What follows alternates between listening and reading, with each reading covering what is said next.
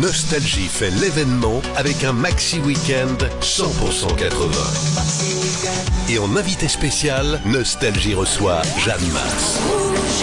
Bonjour, c'est Jeanne Masse sur Nostalgie, et si vous avez envie de passer le week-end avec moi, c'est le moment de le faire parce qu'on va parler 80, 2000, 3000, 4000, on va parler plein de choses. Week-end maxi 80 sur Nostalgie. Je m'en rendais pas trop compte, je ne savais pas ce que ça voulait dire, mais je voyais que dans ma maison de disques, tout le monde était très très très content et que ils étaient tous super excités et que d'un seul coup, il fallait vite faire un album.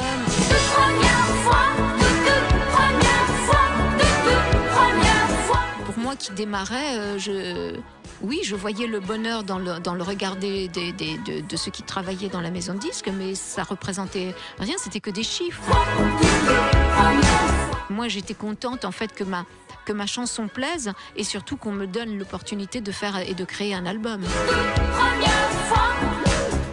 Ma motivation dans ce métier n'a jamais été l'argent, mais la création.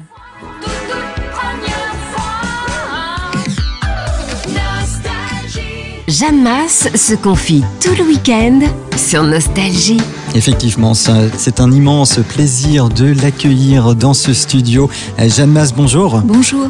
Comment allez-vous ? Ça va très bien, merci. Petit détour par la Belgique. Oui. C'est un pays que vous connaissez bien ? Non, pas trop, mais à chaque fois, ça a été un plaisir de revenir ici. Les gens sont déjà très accueillants, chaleureux, et puis énergétiquement, il y a quelque chose en plus. C'est vrai ? Ouais. On va en parler évidemment tout au long de ce week-end, puisque vous êtes l'invité d'honneur de ce week-end sur Nostalgie. Jeanne Masse, vous avez été speakerine pour la télévision, actrice de cinéma, vous avez fait de la publicité, évidemment de la musique, des spectacles également. On a l'impression que vous avez vécu plein de vies. C'est vrai, j'ai vécu surtout beaucoup d'expériences et qui m'ont enrichi, qui m'ont propulsé vers une envie d'aller encore plus loin et de découvrir plus. Ouais, c'est quoi qui vous a attiré le plus ? Qu'est-ce qui vous a motivé au cours de cette carrière ? Le public.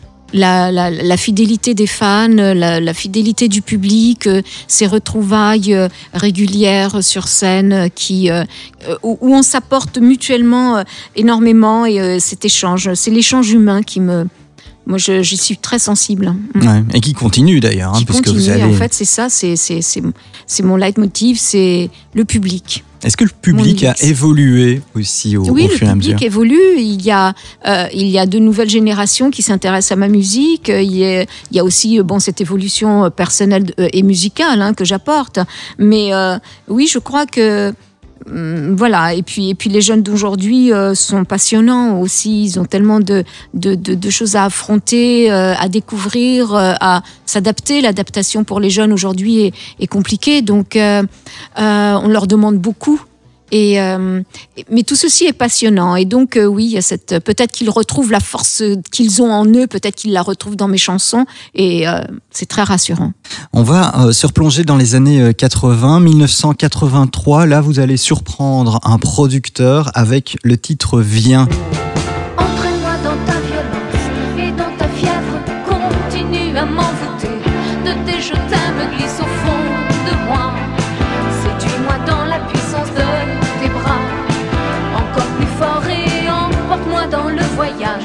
Ça, c'est vraiment ce qui marque le début de votre carrière musicale ? Oui, il y avait toute première fois, lorsque j'ai présenté mes chansons, donc à l'époque, c'était Pathé Marconi, qui est devenu Yema, et par la suite, aujourd'hui, c'est Warner Music. Il y avait donc Jean-Jacques Souplet, et j'étais arrivée avec 2 chansons, toute première fois, et Viens, qui était la phase B du single. Et là, il a écouté le texte, il m'a dit, c'est incroyable qu'une femme écrive des textes comme ça. Et moi, sur le coup, j'ai pas vraiment compris ce qu'il voulait dire. Et en fait, comme c'était vraiment un texte très sensuel, je crois que c'était ça qui l'avait un peu bouleversé, quoi. C'est marrant. Et vous avez continué à écrire, puisque c'est une des particularités. Oui, je suis auteur. Oui. Et ça, toutes mes chansons. Encore aujourd'hui. Encore aujourd'hui. Aujourd'hui, je suis en plus compositrice et arrangeur. Donc, voilà. Ça fait beaucoup. J'étends ma créativité je suis la seule à savoir et à comprendre dans quelle direction je veux aller. Donc, je travaille. Vous travaillez et ça donne ce nouvel album, Helix. Mon Helix, ouais. Ouais. C'est quoi qui se cache derrière ce titre ? Mon Helix, en fait, parle de la vie après la vie, mais surtout de ce qui me fait du bien et de ce que je sens nous pourrions tous devenir, musique. La musique est mon Helix, c'est dès que ça va pas, moi je me mets à composer. Je crois que les gens sont très réceptifs aussi parce que la musique est une thérapie, hein. Donc et voilà, c'est l'Helix de tout le monde, la musique. Jeanne Mas est avec nous. Évidemment, Jeanne Mas, c'est toujours associé sur Nostalgie particulièrement à toute première fois. J'ai revu ces chiffres impressionnants. Au moment de la sortie, vous vendiez plus de 30 000 exemplaires par jour. C'est dingue. Oui, c'était sympa. Moi, je m'en rendais pas plus compte. Que sympa. Hein. Ouais. Oui, c'était sympa. Je m'en rendais pas trop compte. Je ne savais pas ce que ça voulait dire, mais je voyais que dans ma maison de disques, tout le monde était très, très, très content et que ils étaient tous super excités et que d'un seul coup, il fallait vite faire un album. Et mais pour moi, qui démarrais, je voyais le bonheur dans le regard de ceux qui travaillaient dans la maison de disques, mais ça représentait rien. C'était que des chiffres. Moi, j'étais contente en fait que ma chanson plaise et surtout qu'on me donne l'opportunité de faire et de créer un album. Oui, c'était pas les chiffres, c'était pas l'argent, la popularité qui vous guidait. Ça n'a jamais été ma motivation dans ce métier n'a jamais été l'argent, mais la création. Oui. On me donne la chance de créer. Et c'est un conseil que vous donnez peut-être aux jeunes aussi. On évoquait, ça c'est les coulisses de l'interview, mais on évoquait Stromae avant l'entrée ici de ce studio. Quand ça va trop vite... J'ai une profonde admiration pour cet homme et j'ai de suite compris sa sensibilité. Et il y a des créateurs qui doivent continuer de créer. De toute façon, j'espère que lui continuera pour le plaisir de tout le monde. Après, c'est vrai que voilà, il n'est peut-être pas à l'aise avec les médias. Et ça se comprend aussi, hein, parce que le marketing n'est pas en nous. Nous, avant, en plus, moi, dans les années 80, j'avais une chance inouïe, c'est que j'avais des émissions de variété. Donc, quand j'allais sur des émissions, je faisais mon métier, je chantais. Aujourd'hui, c'est beaucoup de talk. Aujourd'hui, on va analyser ce que vous avez dit et ce que vous n'avez pas dit ou ce que vous avez sous-dit et pourquoi vous avez soutenu cette phrase ou vous avez soutenu cette personne. Et en fait, on passe beaucoup de temps à se justifier et ce n'est pas notre métier. Notre métier, c'est de chanter. C'est un nouvel album qui arrive avec des sonorités qu'on ne vous connaissait pas. C'est très électro. Très, très électro, oui. En effet, je suis tellement contente que ça plaise. Je suis tellement contente que cet album prenne son élan. Et en effet, je me suis donné une totale liberté dans la construction de cet album et il est devenu extrêmement électro, mais parce que j'adore danser et que je sentais que j'étais dans cette mouvance totale. Donc voilà. On connaissait évidemment la Jeanne Mas avec les influences années 80. Qu'est-ce qui vous influence, vous, aujourd'hui ? Je rappelle que c'est vous qui écrivez les textes, c'est vous qui composez aussi, vous faites l'ensemble. Hein. Mais vous savez, j'avais composé ma première chanson électro-dance avec Shakespeare dans l'album L'Art des femmes. Et j'en avais fait un single. Donc j'étais déjà en avance par rapport à l'ère du temps et j'étais déjà dans cette mouvance électro. Parce que cette chanson, je l'avais composée également, texte et musique et aussi arrangement. J'avais été voir Pierrot en disant « Je veux que ça fasse comme ça ». Et depuis, je suis revenue à cet amour pour l'électronique. Il y a des choses que vous écoutez aujourd'hui qui influencent aussi vos créations ? Non, ce que j'écoute est totalement en dehors de mes créations. J'adore Marcus King, par exemple, qui dérive entre du soul à du Airbnb. Et bon, le Airbnb m'influence beaucoup. J'adore tout ce groove comme ça. J'adore les voix masculines et donc c'est pour ça que j'en ai également mis dans cet album. Mais non, ce que j'écoute en fait, puis vous savez, moi je suis très italienne dans le cœur, donc j'écoute beaucoup de musique italienne. Ça n'a rien à voir avec ce que je fais. Sauvez-moi quand il me soulève, qu'il me tende la main, ma foi se dérègle. Sauvez-moi. Est-ce que c'est compliqué aujourd'hui quand on défend un nouvel album de sans cesse être ramené à vos chansons du début ? toute non, première parce que fois. c'est un rappel aussi pour les gens et je crois que ça fait plaisir aux gens de se rappeler toute première fois en rouge et noir, cœur en stéréo, Johnny Johnny. Non, mon passé, je suis née dans les années 80, comment renier son passé ou sa naissance et je suis fière aussi de porter ce bagage années 80 parce qu'il était très riche en découvertes, en créativité. Non, ça ne me dérange absolument pas d'en reparler. Hein. Ni de les chanter sur scène. Absolument pas. Bien sûr, on les chante. Et je chante tout mon répertoire, tout ce que les gens ont partagé avec moi. Ça va de toute première fois jusqu'à l'enfant, en passant par Cœur en stéréo, Johnny Johnny, L'art des femmes, Angela. Il y a toutes ces chansons aussi que les gens ont aimées. Lisa, par exemple, aussi. Donc, non, voilà, je fais moins du répertoire présent parce que, en fait, ce sont les 40 ans de chansons.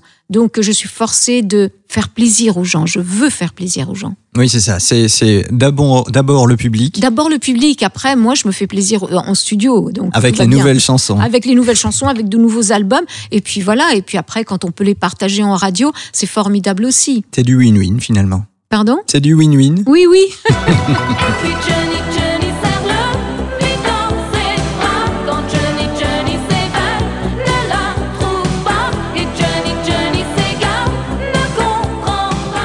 Vous évoquiez les années 80 et il y a ce titre emblématique de votre carrière, Johnny Johnny. Alors nous sommes en 1985 et là pour le coup ça n'a rien à voir avec Johnny Hallyday.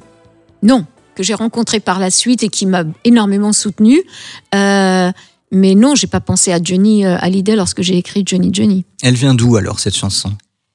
Je contrôle pas les mots qui viennent sur mes textes. Je ne les contrôle pas. J'ai voulu parler d'un homme et c'est Johnny Johnny qui sonnait le mieux pour moi. Donc c'est voilà. J'ai parlé de la tristesse de cet homme qui perd la femme qu'il aime, mais qui la perd à cause de lui. Mais c'est Johnny qui est arrivé et puis voilà. Et ça s'appelle Johnny Johnny. Il y a toujours eu un fond dans vos chansons aussi. Quelque part, ça pousse l'auditeur à la réflexion. Peut-être, mais tant mieux, parce que finalement, moi qui adore la réflexion et qui adore me remettre en question ma propre pensée, si j'arrive à le faire aussi avec les autres, écoutez, tant mieux. Mais voilà, c'est pas calculé en tout cas. Et c'est pas nécessairement du vécu non plus, c'est vraiment des choses qui arrivent. Tout à fait, moi j'écris des histoires. Je regarde les autres, je regarde beaucoup les gens. J'adore regarder les gens, j'adore les observer, j'adore deviner quelle est leur vie et parfois être juste. Et j'ai envie de la raconter en fait dans mes chansons. Vous avez fait peur à votre public en disant finalement je vais arrêter la scène. C'est quoi le message derrière ça ? Ça veut dire qu'on vous verra plus ? En fait, je l'ai dit dans un coup de fatigue parce que c'est vrai que ça faisait 3 ans que je faisais de la scène non-stop et que je revenais en France pour refaire de la scène. Je repartais, je revenais, je repartais, je faisais un album, je repartais. Et quand mon producteur m'a demandé de venir fêter les 40 ans, je lui ai dit ok d'accord, mais c'est la dernière. Et puis après, c'est vrai que ça se passe tellement bien avec le public que je me dis mais non, Jeanne, c'est pas la dernière. Mais en fait, écoutez, j'en sais rien. Je pense que à l'heure actuelle, j'ai juste envie d'avancer avec ces concerts, de retrouver les gens, qu'on passe un énorme moment ensemble, qu'on s'amuse parce que il faut s'amuser. Et le but, c'est moi, je fais pas de la scène pour faire un tour de chant. Je suis là pour qu'on s'amuse tous ensemble. Et il y a des moments dans le spectacle qui sont vraiment, vraiment j'ai vu les gens les recevoir avec beaucoup de plaisir et ça fait du bien. Alors vous serez en Belgique, évidemment, du côté du Théâtre Royal de Mons, le 20 mars, le 21 mars au Trocadéro de Liège. À quoi doit-on s'attendre justement sur scène ? Eh bien, d'abord à une belle énergie. Parce que moi et toute mon équipe, on est toujours, on a cette énergie en nous qu'on a envie de partager. L'énergie du public qui lorsqu'il nous le transmet, ça nous donne encore plus d'énergie. Et puis il y a des moments assez sympas, j'espère drôles. Et il y a tout ce partage des chansons qu'ils ont aimées et qui ont marqué leur vie. Jeanne, vous êtes passionnée d'intelligence artificielle. J'ai appris ça et ça vous sert aussi dans vos créations. Tout à fait. Tous mes clips, mes derniers clips, en tout cas liés à cet album et au dernier remix, ont été créés avec l'intelligence artificielle. Et j'adore ça. Et la pochette de mon album aussi, mon Helix, est créée avec l'intelligence artificielle, avec une association de mes photos à moi et des œuvres de Gustav Klimt. Alors les photos, les clips, vous refusez pour l'instant d'utiliser l'intelligence artificielle pour créer les chansons ? Ah bah oui, quand même. Oui, parce que ça doit rester humain. En fait, on ne peut pas on peut aller loin dans la créativité et dans la création du visuel, mais à la base, nous restons les maîtres. Parce que, en fait, les machines ont besoin d'une information, ont besoin d'être guidées. Moi, je passe des heures et des heures à comprendre comment arriver là où je veux arriver. Et il faut que ça reste humain, même pour les mixages. Je pense que le mixage d'une machine ne pourra jamais comprendre la tendance et même donner ce côté chaud aux arrangements et au mixage. Donc il faut que ça reste humain. Il faut savoir dissocier les choses. Voilà.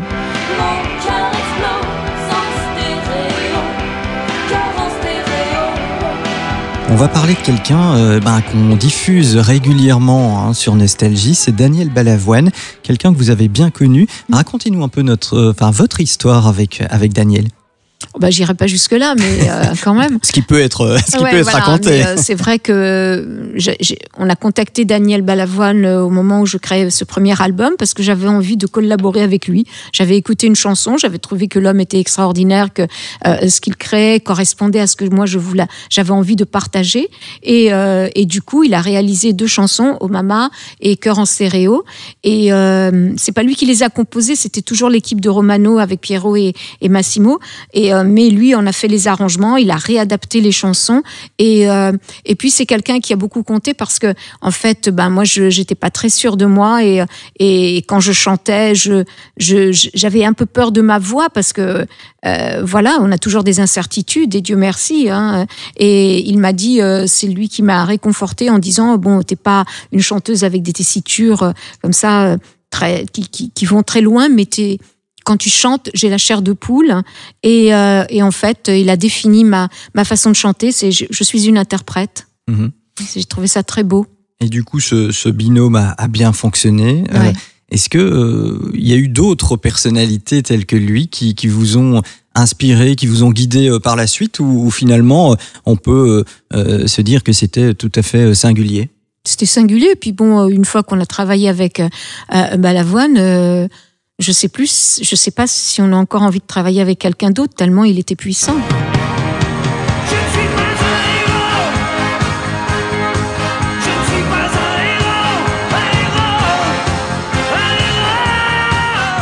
Il y a des choses insolites sur votre carrière aussi.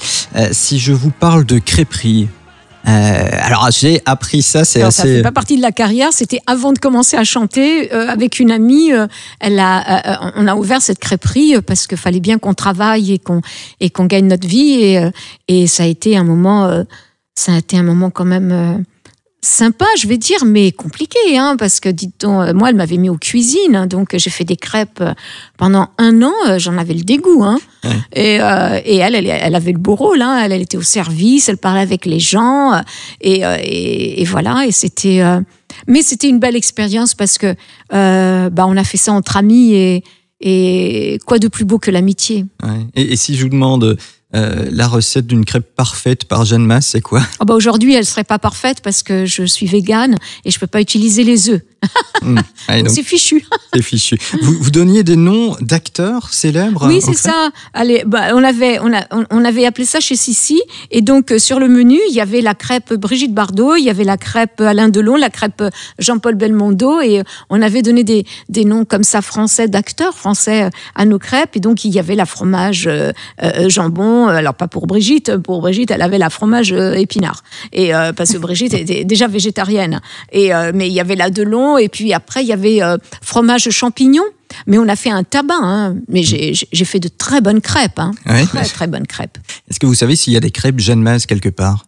Non, aujourd'hui. mais c'est une bonne idée ça, mais il faudrait qu'elle soit végane. Donc je sais pas, il faut. En même temps, les œufs on peut les remplacer, hein, donc voilà. Après, j'en ai pas refait depuis. Non, mais voilà, faut évoluer. Faut évoluer. Et puis vous êtes passé à la musique pour notre plus grand bonheur. Merci beaucoup. Le mien aussi. Hein.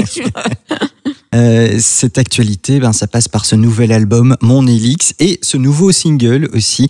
Ça s'appelle Andalouse. Il se cache quoi derrière cette chanson?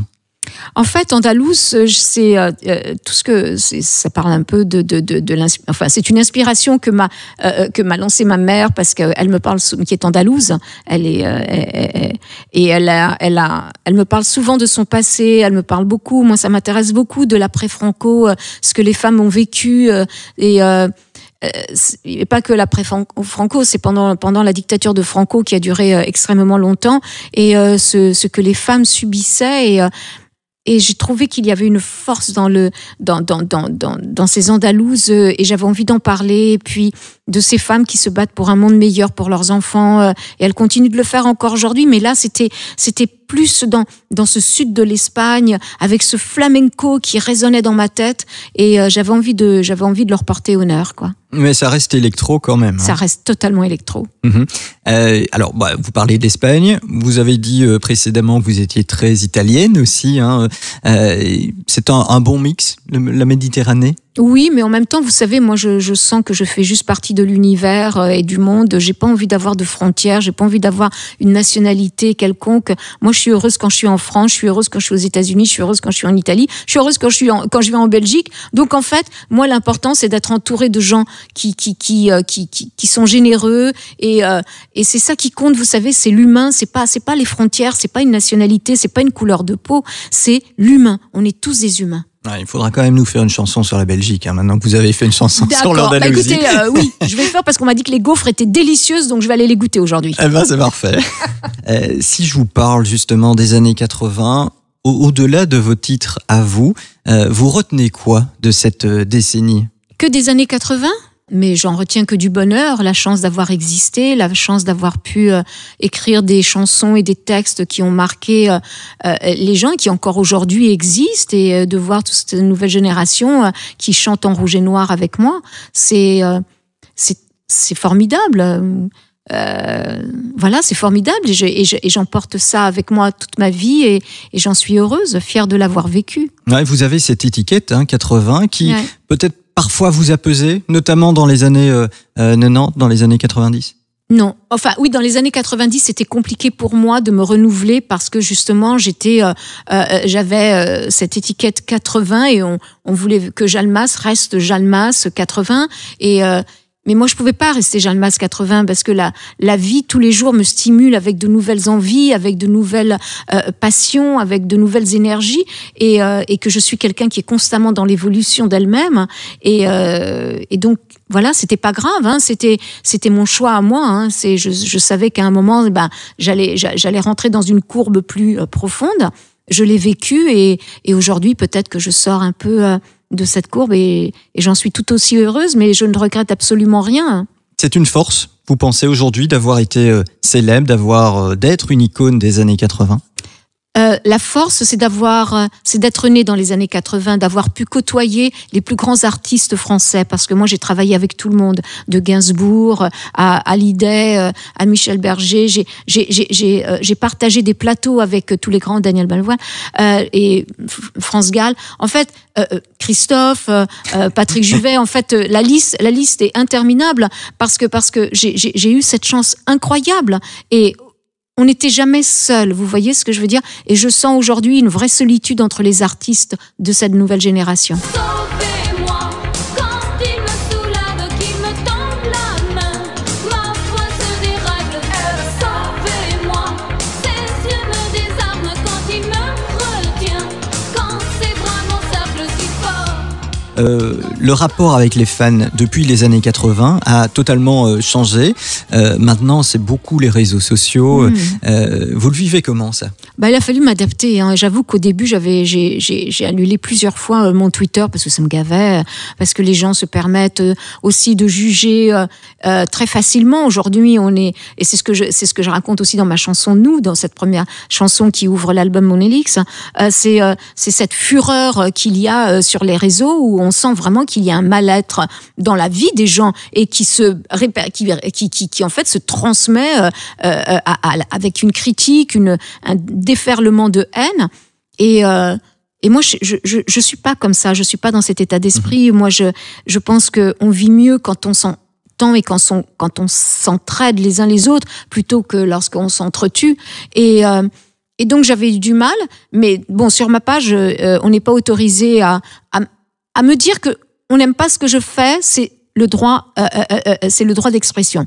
Mais qu'on m'insulte ou qu'on m'insulte sur mon physique ou qu'on insulte les autres artistes sur mes pages, alors là je bloque. Parce que je vais vous dire, moi je me bats pour un monde meilleur et pour un monde positif, rempli de compassion et de respect les uns pour les autres. Alors quand on manque de respect, ça me heurte et là je passe. Vous passez. Jeanne, j'avais envie de revenir sur votre physique à vous, votre apparence physique. C'est quelque chose que vous avez travaillé depuis les années 80 ou c'est venu naturellement ? Le look, en fait, j'aime. Il correspond à l'être que je suis. Je suis dans la constant changement, en fait, l'évolution de moi-même. J'ai beaucoup porté de noir. Aujourd'hui, le noir, je le mixe avec la couleur parce qu'il y a en moi de la couleur. Il y a en moi une positivité que je veux transmettre et ça se transmet par les couleurs. Donc voilà, je sais que mes fans, lorsque je suis tout en noir, ils adorent parce qu'ils retrouvent donc la Jeanne Mas des années 80. Il y a certainement un peu de nostalgie par rapport à ça. Mais aujourd'hui, moi, j'ai plus les cheveux en pétard comme autrefois. Je teins mes cheveux, j'adore porter des couleurs. Et puis, mais le tempérament aussi a changé. Je suis beaucoup plus positive qu'avant. Donc tout ça, je le transmets. Vous êtes comme ça partout ?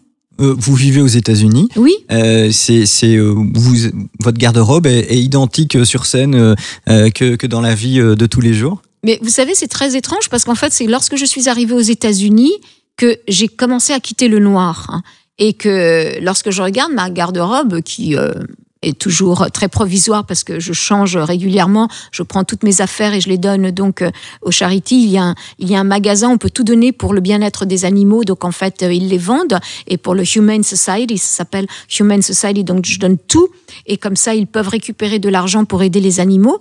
Et en fait j'ai réalisé que oui, en effet, j'avais pas mal de couleurs et des fois j'ose. Comme là, j'ai porté une jupe verte. C'est un vert bizarre, mais c'est un vert flamboyant. Ça me gêne plus. Okay. Avant, j'aurais jamais pu. Je regardais les couleurs, même mes ongles. Avant, je portais du noir sur les ongles. Là, je porte du rose. Donc, oui, je suis très attirée par les couleurs parce que c'est la joie de vivre. Rouge et noir, j'exilerai ma peur. J'irai plus haut que ces montagnes de douleur. En rouge et noir, j'afficherai. Il y a quelque chose peut-être que les auditeurs ne savent pas de vous. C'est votre côté spirituel. Alors aujourd'hui, vous avez une croix, je le dis pour ceux qui nous écoutent, une croix autour du cou.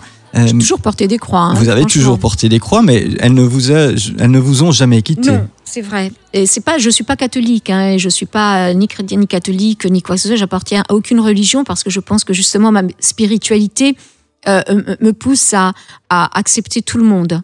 Et puis en plus c'est quelque chose de très personnel, je veux dire voilà. Mais la croix pour moi représente la compassion et l'amour des autres. Et c'est ce que représentait sans doute le Christ en fait, et ce qu'il représente encore aujourd'hui, c'est l'amour des autres. Et c'est ce qui motive ma vie. En fait, aujourd'hui, c'est l'amour des autres.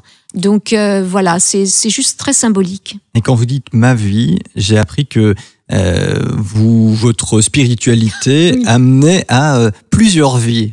Oui, En fait, moi, je crois, j'ai toujours cru en la réincarnation, sauf qu'avant, j'en parlais dans mon privé, mais j'en parlais pas publiquement, parce que, vous savez, moi, j'étais en avance sur plein de choses. Je suis végane depuis très très longtemps, et quand j'en parlais, on me regardait en me disant, mais c'est quoi, elle broute, elle fait quoi? Donc, c'était très compliqué. Aujourd'hui, on peut en parler beaucoup plus facilement. Et la spiritualité, pareil. Mais tout le monde a toujours su que moi, j'étais spirituelle et que je croyais en la réincarnation et que je croyais en un monde.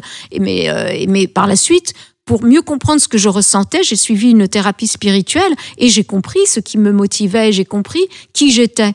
Donc, j'ai été en total accord avec ce que je ressentais. Et c'est vrai que quand je parle de mes vies précédentes, là, aujourd'hui, on me regarde encore en disant « Mais elle parle de quoi ?» Pas beaucoup de gens sont prêts à écouter, mais à s'écouter soi-même. En fait, on a tellement peur de la vie, on a tellement peur de la mort qu'on ne s'écoute plus. Est-ce qu'on vit mieux, du coup, une fois qu'on a passé ce cap? Est-ce que vous n'avez plus peur de la mort, du coup? Non, en fait, moi, la mort n'existe pas. Et la musique? Ça, on ne sait pas le dire. La musique est un véhicule pour aider les autres. Moi, je pense que mes chansons ont beaucoup soutenu et aident les autres. Quand je fais quand je fais mes concerts, je donne du plaisir aux gens. En tout cas, je l'espère. Et pendant 2 heures, ils ont oublié leurs problèmes. Furieuse envie de chanter. Oui, très bien. Merci beaucoup. C'était un plaisir de vous avoir tout au long de ce week-end, Jeanne Mas, en tous les cas, pour infiniment. Parler des années 80, de vous aussi. Et puis, on rappelle le titre de ce nouvel album. Il s'appelle Mondélix. Merci à vous. Merci. Nostalgie.